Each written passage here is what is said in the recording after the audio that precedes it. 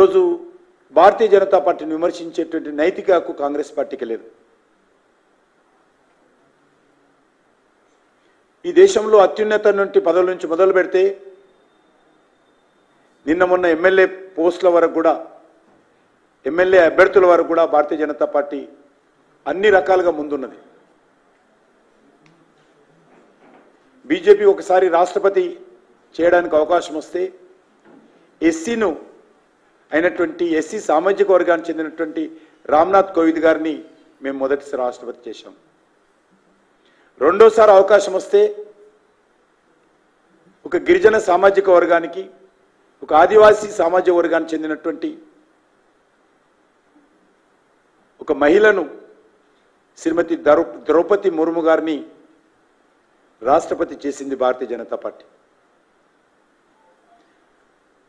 దాన్ని కూడా ఒక గిరిజన మహిళను, ఆదివాసీ బిడ్డను రాష్ట్రపతికి మేము ప్రతిపాదిస్తే దానిని కూడా అడ్డుకోవడం కోసం అనేక కుట్రలు పన్నింది.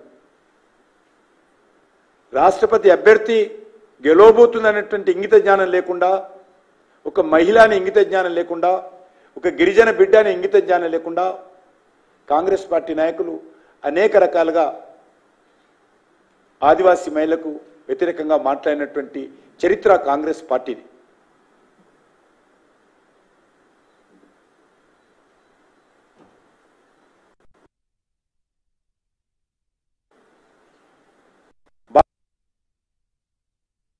చెందినటువంటి వ్యక్తిని ప్రధానమంత్రి చేసినటువంటి ఘనత భారతీయ జనతా పార్టీకి దక్కుతుంది.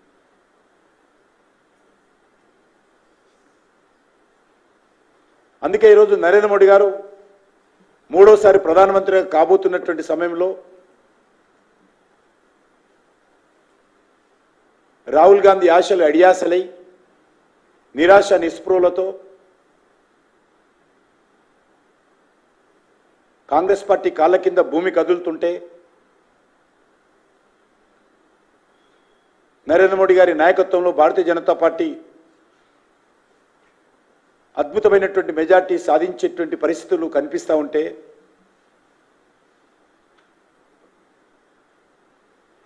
తట్టుకోలేకపోతున్నటువంటి కాంగ్రెస్ పార్టీ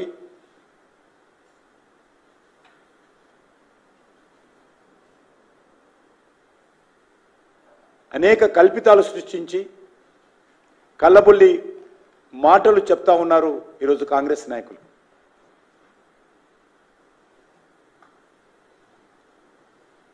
కేంద్రంలో ఈరోజు నరేంద్ర మోడీ గారి నాయకత్వంలో స్వాతంత్రం వచ్చిన తర్వాత మొదటిసారి 27 మంది బీసీ సామాజిక వర్గానికి చెందినటువంటి మంత్రులు కేంద్ర ప్రభుత్వంలో పనిచేస్తూ ఉన్నారు.